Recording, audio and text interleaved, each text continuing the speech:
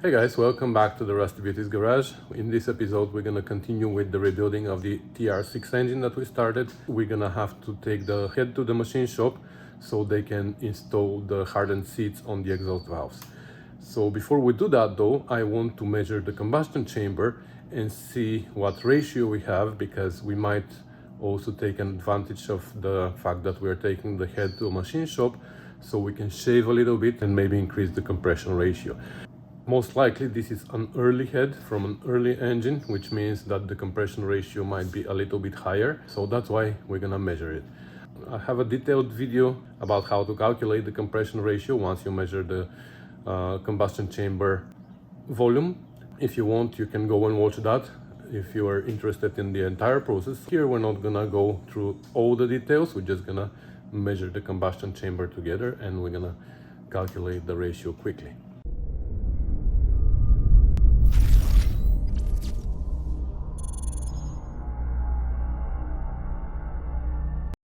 So don't pay attention to the mess on my bench. I'm sorry, I don't have time to clean it up because I'm going to the machine shop soon. So I'd like to measure the combustion chamber volume quickly. I have my kit here for measuring combustion chamber, so let's get crack-a-lacking right away. So we need a spark plug. Which one we're gonna measure? This one, let's say. Let's put a spark plug so we don't lose our liquid that we're gonna pour. Okay, we have to drop our valves in so we can close these big openings. So this is what? This is the front of the engine, so this is 9 and 10. So to seal the valves, we're gonna put some Vaseline in the back.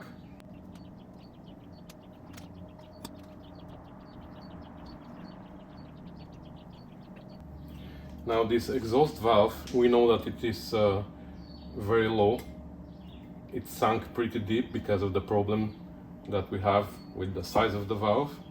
That will definitely affect a little bit the volume. The new exhaust valve is going to sit a little bit higher, so we have to take that in consideration. We're going to calculate the area of the valve and we're going to estimate how much higher it's going to go, and that is going to give us an idea of how different the volume is going to be only by installing a seat, because it's going to raise it a little bit. The head is a little bit on an angle because we're going to put this piece of acrylic here, and we want the highest spot to be where we're pouring the water from. We're going to use water. I don't have rubbing alcohol or anything, but water works just fine. It just creates some bubbles, but we're going to try to avoid making bubbles, you know. We're going to put some Vaseline here to seal the acrylic. Now the last time I measured the volume, it was on a late head and it was 59.5 cubic centimeters, and that was corresponding to a ratio of 7.76, I believe, or 7.7, something like that. So let's see if this is gonna be less. Supposedly earlier heads have lower volume and the compression was higher, and then they dropped it because of the emission regulations and stuff like that. Anyway, so we're gonna push this hard. Well, you know what, I'm gonna take it off again because I don't like this. We pushed some inside and that's gonna affect our volume too.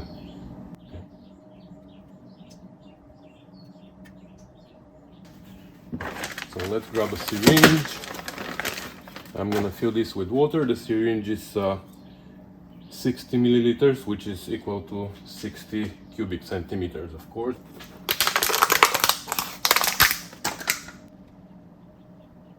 Okay, so now we have exactly 60 cubic centimeters inside.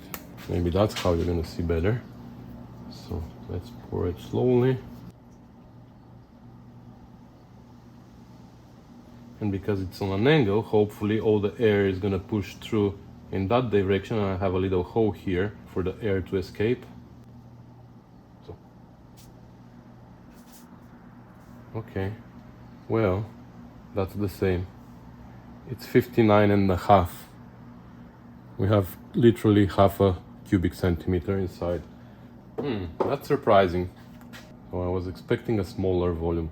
Anyways, I know that on a TR6 with 59.5 cubic centimeters of combustion chamber, we have exactly 7.76, I believe, ratio. I'm gonna slide it so we can suck it out. Like if you have a burette, it's much easier and faster and more exact, but with a syringe it's not too bad either. Okay, so I'm gonna dry this out and then I'm gonna blow it with the air gun so we don't leave any water here, and we're gonna even spray it with WD-40 so we don't get our head rusted. Okay, in this case we will need to shave the head a little bit because we want to bring the ratio to somewhere 8.5, I guess. And right now, based on my calculator and on the original spec of the engine, it is about 7.6. So in order to increase the ratio, we need to shave the head so we can reduce the volume of the chamber. How much? We don't know, so let's calculate that. I read somewhere in forums that lowering the surface of the head by 10 thou takes away 1 cubic centimeter from the volume. But is that correct? I don't know. Should we trust it? I think no. I think we should calculate it. Alright, so I spent the next probably 10 minutes of this video proving to myself that this statement is correct, because it is correct. But me, just being who I am, I don't like just taking numbers and statements as given. I want to know why this statement is correct. So I went on my computer and I made lots of calculations and I filmed them. So the next 10 minutes of this video are exactly this, doing all these calculations just to prove that if you shave 10 thousandths of your head, you're removing exactly 1 cubic centimeter of the volume of the combustion chamber. So anyways, if you're not into numbers and calculations and stuff like that, you just need to know that I came up with the decision that I have to shave 60 thou of the head in order to increase the compression ratio to 8.5. If you're okay with that and you don't want to know how I came up with this number, you can just skip to this time of the video. But if you want to know how I came up with this number, just stick around and let's do it together. It's hard though, because the chamber is not a cylinder. It has this disc segment, I think it's called, when you have part of the circle like this. I think it's called disc segment. So we have to remove that from the consideration. The good part is that this slope doesn't start from the ridge here. It starts like, I would say this is like 20 thou down. So at least for the first 20 thou of the chamber, the highest part, it has vertical walls. So if we're able to calculate the area of this disc segment here, we can take it out of the area of this entire circle, and that's going to give us the area of only this part, which represents the chamber. Then we can multiply it by the thickness that we want to remove, and that's going to give us the volume of the removed part. So that's 0. So the diameter is about 75.9, 76 millimeters. And this here, this height is 65. Okay, with this I believe we can make our calculations. So 76 by 65. Okay, we're on my computer here, and I think we got really lucky with these numbers, because now that gives us the possibility to calculate this very easy. We don't need to go into sinus and cosinus and stuff like that, because I was thinking that we were gonna go there. But actually what happens here is, if we draw a circle with 76 millimeters diameter, 76 by 76, so this is the area of our chamber, including the little segment on top. So if we draw a line from here through the center of the circle and we stop it at 65 millimeters, 65, and now we draw a horizontal line, any horizontal line, and we move it to here. So that is our area that we need to subtract, right? This is called disc segment, I think. So we need to subtract the area of this disc segment from our total area of this circle. We don't need this line anymore, so let's take it away.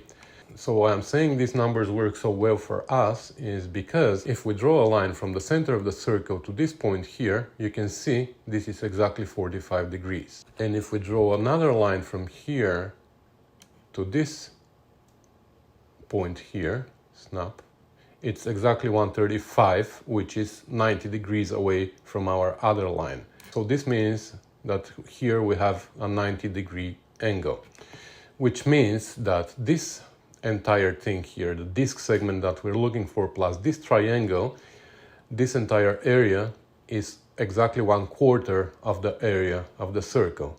Because if we extend this, for example, and we extend this, now we have 4 equal segments, right?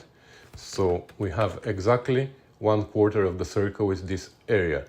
So now all we need to do is find the area of this triangle, subtract it from 1/4 of the circle, and we're gonna have the area of this disc segment here. And since this is 90 degrees angle here, and we have the radius of the circle is the same, of course, for the both sides of this triangle, this means that this triangle is a half of a square, which has the radius of the circle as a side.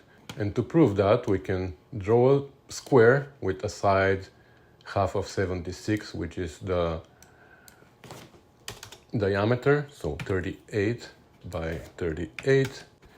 If we rotate this square by 45 degrees and we move it here, it matches perfectly, right? So this triangle is half the area of this square.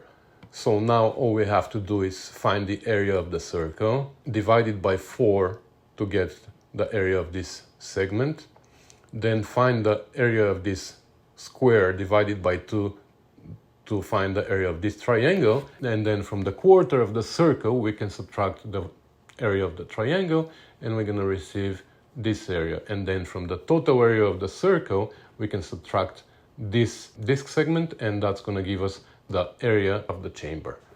So if we go in Excel now, we can do that. So this is my calculator here that we're going to talk about later, but we're going to use this chart for our calculations now. So first let's find the area of the circle. So the radius equals 76 millimeters, or actually let's do everything in centimeters because we're looking for cubic centimeters at the end. So let's do everything in centimeters. So the radius of this circle is 7.6 divided by 2, so 3.8 centimeters. So let's find the area, total area. So our area of a circle we find by multiplying the radius by itself, which is the radius squared, multiplied by pi, which is 3.14. So this area is going to be equal to the radius multiplied by the radius multiplied by 3.14. I know there are functions here that we can use, but it's easier for me to just type it. So the total area of this circle, including everything, is 45.34 square centimeters. The segment area, the 1/4 segment area, is going to be this divided by 4. So we have 11.35. The triangle area, I'm talking about this triangle, right, is going to be equal the radius multiplied by the radius divided by 2, 7.22 square centimeters. So now we need to subtract the triangle from the segment to get to the disc segment. So the disc segment area is going to equal the segment area, the 1/4 of the circle, minus the triangle. So that little disc segment has 4.11 square centimeters of area. And now the final chamber area is going to be equal to the total area of the circle minus the segment area. So our chamber has 41.22 square centimeters. area. So now let's see what would be the volume of a slice that has this area and it is 10 thousandths of an inch high. Let's say we're gonna shave by, but there's a catch here. Now we're talking about inches here, right? So let's say this is gonna be in inches, but we're gonna have to convert that in centimeters, right? Because we're talking about centimeters here. So if we say this is gonna be 10 thousandths of an inch, that's gonna equal how many centimeters? So we multiply by 25.4 to get to millimeters, so it's gonna be 2.54 for centimeters. So this multiplied by 2.54, it's gonna equal 0.0254 centimeters. Let's double check that. If we say 1 inch, that's 2.54 centimeters exactly. So let's keep it at 0.01, which is 10 thousandths.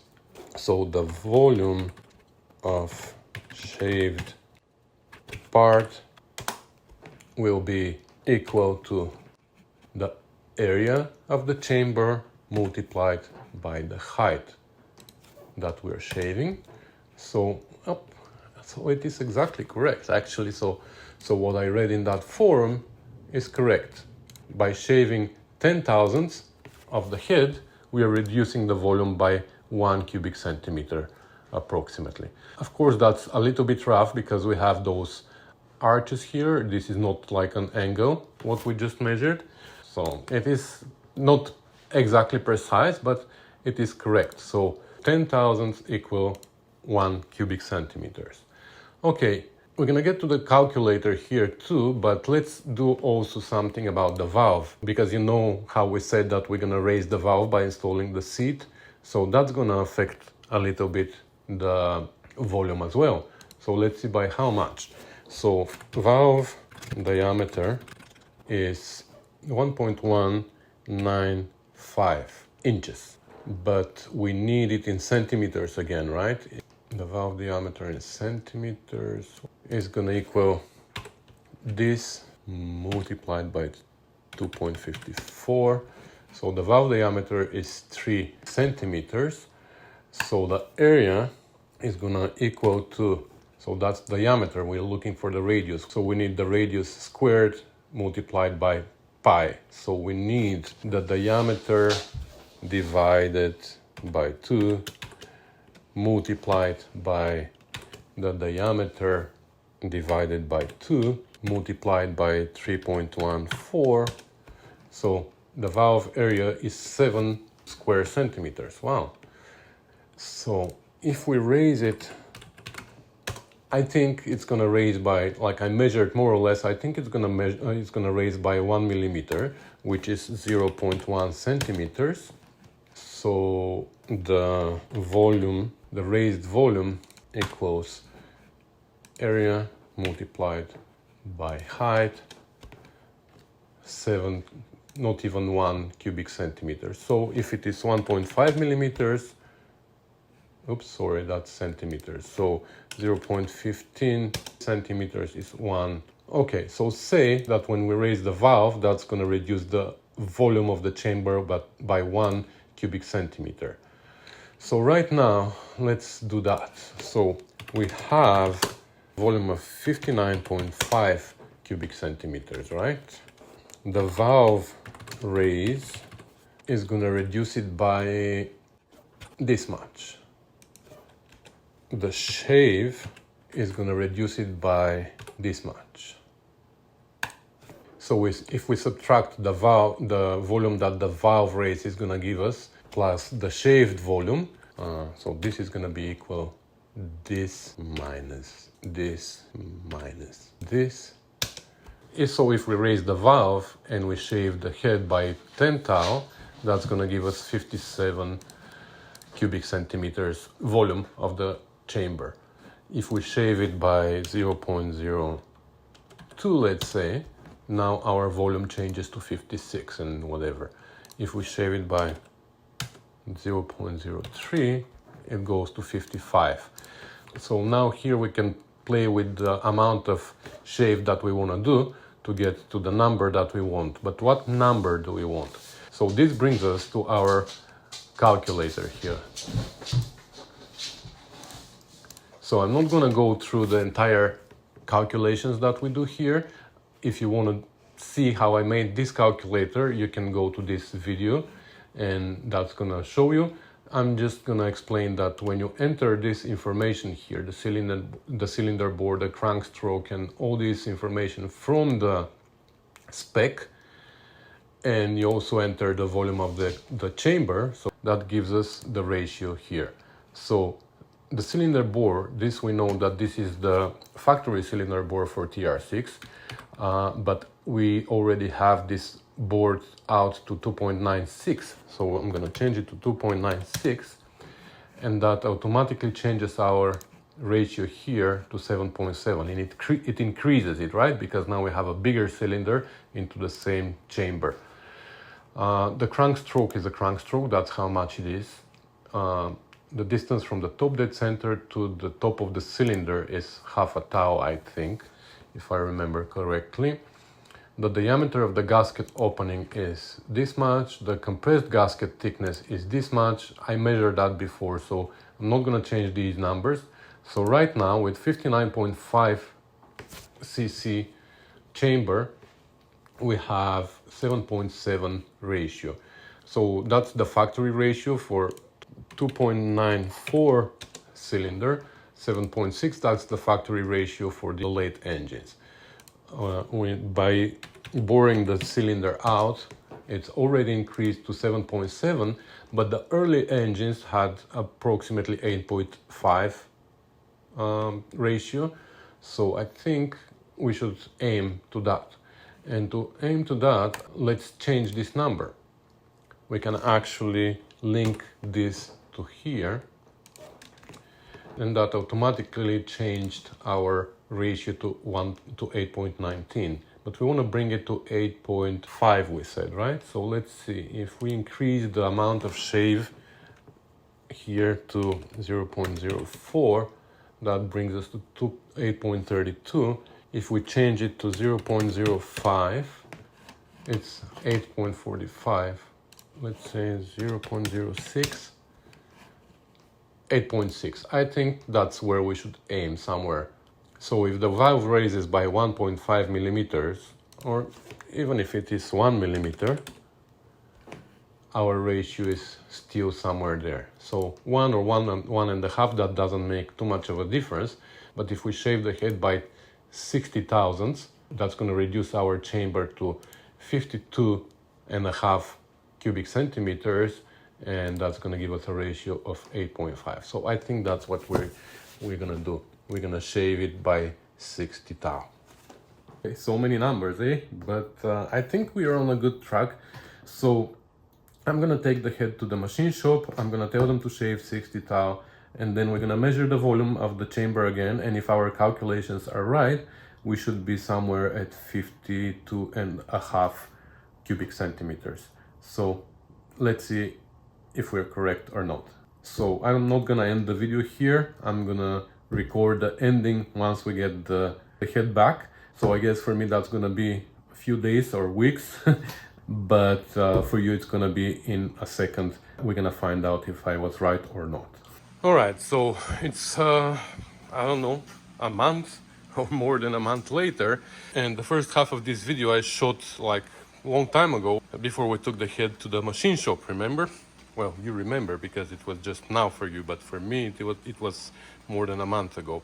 So what happened with the head is we took it to one machine shop. They promised to do it in a week. Unfortunately, they didn't keep their promise. 1 week later they said that they need another week because they were short on staff and this and that. And then when the second week passed, unfortunately they let me know that they're still short on staff, and now they're so far behind with work that they're not even gonna touch my head. So that was frustrating, but they gave me a number to another machine shop. So I took it to the other machine shop. They said that they're gonna do it in a week, and 2-3 days later they called me and they said, you know, you can come pick up your head and it's a boat anchor because of this crack here. I don't know if you see it right here, there's a crack. So of course I asked them if we can do anything about it, if we install two seats, because the idea was to install hardened seats on the exhaust valves only.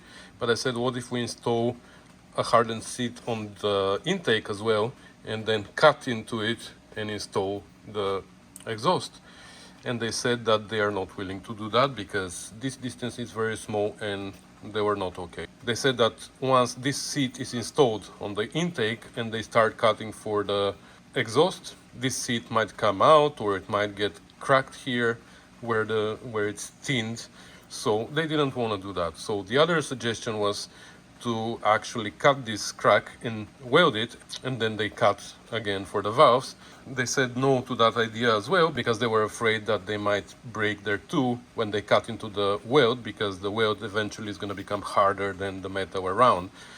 So unfortunately they didn't want to do anything about this head.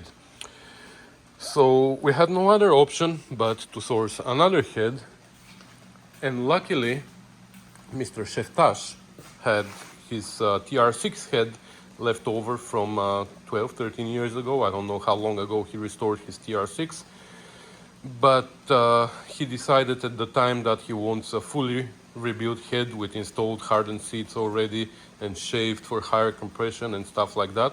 So he just bought a new head, but he said that there's nothing wrong with this one. So we acquired this head from him. So as it turns out, it already has hardened seats installed on the exhaust valves, which is good. So as you can see here, the hardened seat has already been cut a little bit for the intake valve. So I know that people have been installing hardened seats on intake and exhaust, but I don't know how, because it's literally so close that if you cut for the intake now, you're gonna literally break the exhaust seat. So I don't know. Anyways, what we're gonna do with this head is I'm gonna clean it now. We're gonna measure the thickness because apparently there's a chart on Good Parts website where according to the thickness here you can tell how big the combustion chamber is, and you can calculate the compression. According to Sheftash, this is stock, it's never been machined, but anyways, we're gonna measure and we will decide whether we wanna shave it a little bit or not, but it looks like it doesn't need any other machine work, so we will see. Let me clean it first and we're gonna go from there. Oh, and I'm forgetting something. So here, where the intake ports are, there are different heads, there are different types of heads, different intake. So the earlier heads, I believe they had a narrower space here between the intake ports, here, here, and here. And the later head have this wider distance here. I believe it's around 900 thou, and for the earlier heads it was 640 or something like this. Also, this head is already with the smaller valve here because the earlier heads had bigger exhaust valve and the late heads had smaller exhaust valve. But as far as I know, the change of the valve didn't happen at the same time when they changed the port distance here. So there are heads with narrow port and big valve, then this change happened, and now there were heads with wide port and still with big valves, and then they changed the valve as well, and the heads became wide port and small valve. So as far as I know, there are 3 different heads for TR6. So anyways, that's just as an information. I believe this one is the small valve, but we're gonna take it apart later. First I'm gonna clean the surface so I can measure the volume, but then we're gonna take it apart and we're gonna inspect the seats, of course, and we're gonna see if they require machining or not, but I believe they won't. So let's see if I'm right or wrong. Okay, so we cleaned it and it looks good. It actually looks really good.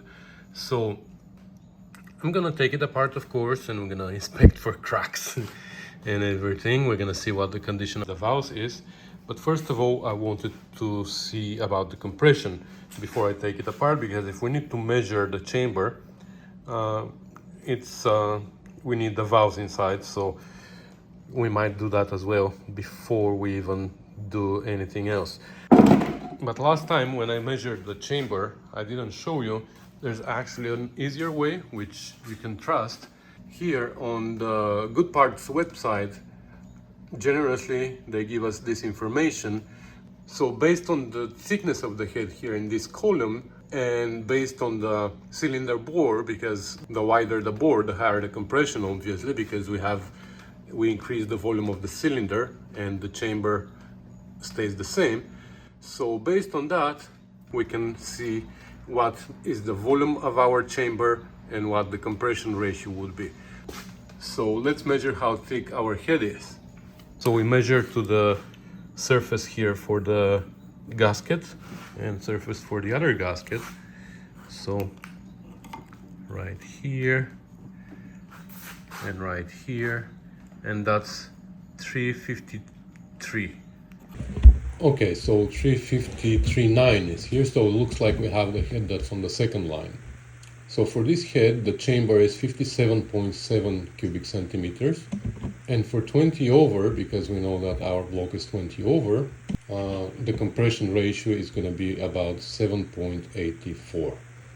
So based on that, we're going to decide whether we want to machine it or not.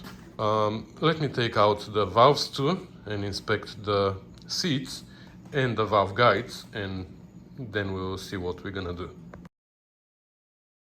And no, that's not sped up. That's how I normally work when I'm not rumbling for 30 minutes. All right, I'm really happy with what the valves look like. They're all nice and clean, no pitting. And these are the seats, so the hardened seats are machined well. The intake doesn't have hardened seats, of course. So even without the hardened seat for the intake, it's already cutting into the exhaust insert. That's the reason why they don't want to install them on TR6. Yeah, we're just gonna lap them manually a little bit, and that's gonna be it. Yeah, they all look good, but let's take a closer look here. Actually, with the camera I can see better. I can zoom in, inspect for cracks here, which we don't have.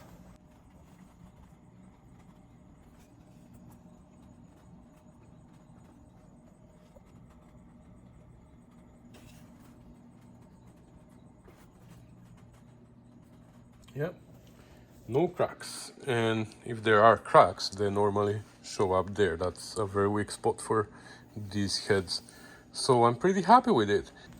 So I also checked here for end play, and it doesn't have any, like it is not moving at all. So I'm really happy with this head actually. Looks like when they installed the seats, they replaced the guides as well. Like, it doesn't move at all. So that's it. I'm just gonna lap them manually so we can see actually the mark that it leaves, and we're gonna go from there. Alright, so let's do a very light lapping of the valves to make sure that they sit properly.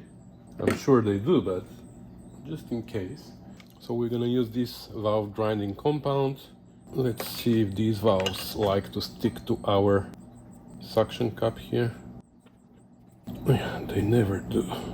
These suction cups suck, you know. Anyway, so we're gonna put a little bit of compound here on the seating area of the valve. A little bit of WD-40 on the valve stem, so it turns nicely inside. And that's number one, right? Yeah. And then we're gonna just turn it gently. We're gonna lift so the compound can go back in, because it comes out.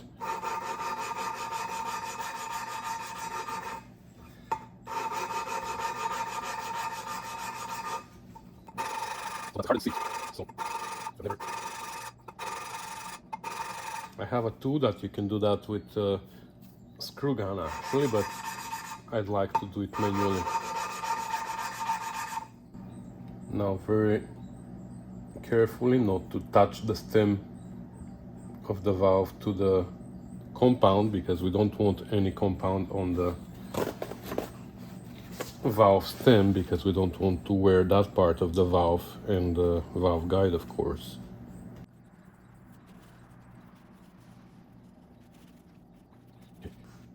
So you see that makes a very nice perfect line here, like a white strip. If it doesn't sit properly, then it's going to be a thin line only at the top of the valve or at the bottom, or if the angles don't match, you know. But if it is nice and wide, this means that it touches everywhere. But still, let's inspect the seat too. We need to see the same nice and consistent strip on the seat as well. There you go. Nice. No pits, nothing. If there are pits, they're gonna show right away here. What is this? Just garbage. You see? If there are pits, they show like black dots right away. Okay, so we locked them all and they all look great. I'm happy with how nice and consistent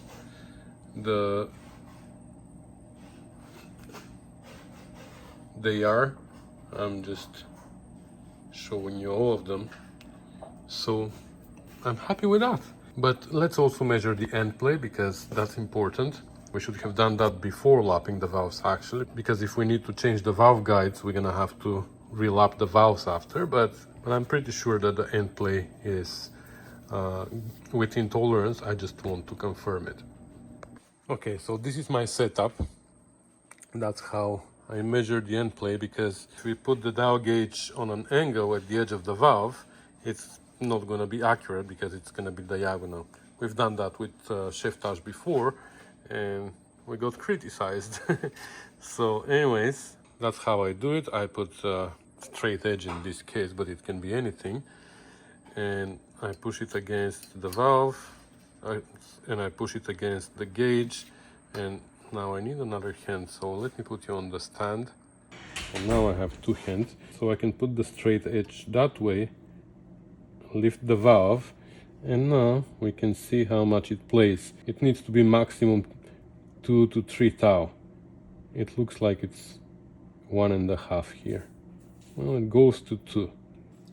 Okay, so I measured them all, and for this valve I needed to be on this side, but for the other side I needed to flip. So I went through this one, this one, this one, this one, etc. And then I flipped it around and I went through the other ones, but they all measure between 1 and 2 thou. So that only confirms that we have new guides there and new valves. So this head is actually very good. We just need to decide whether we want to shave it or not. Okay, that was a pretty boring video, I believe, so thanks for staying till the end.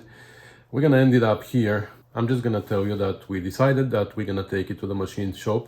So we took it to the same machine shop that found the crack on the first head, and we're gonna see what happened in the next video. So once again, thanks for staying all the way with me till the end. I appreciate it. I hope it's helpful for some of you to make their own calculations, or you can just use the chart in the good parts if you don't like numbers a lot like I do. So anyways, once again guys, thanks for watching, thanks for commenting and subscribing, thanks for supporting the channel financially, and if you want to know how to support it financially, you can find details in the description. I'm not gonna go through them, but that is gonna be really appreciated. Like I say many times, that's not gonna buy you anything because everything is free already for everyone. But still, if you feel like saying thank you, Elin, you can go and find the information in the description and support me by even $1 or $2 or whatever you feel like. If not, you're still welcome to watch and to be part of the Rusty Beauties community, because just by watching and by being here all the way till the end of this video, that's a great support already for me, because I also make some little revenue from YouTube, so you're still supporting me. So enough rambling for today. I'll see you in the next one. Thanks for watching. Bye.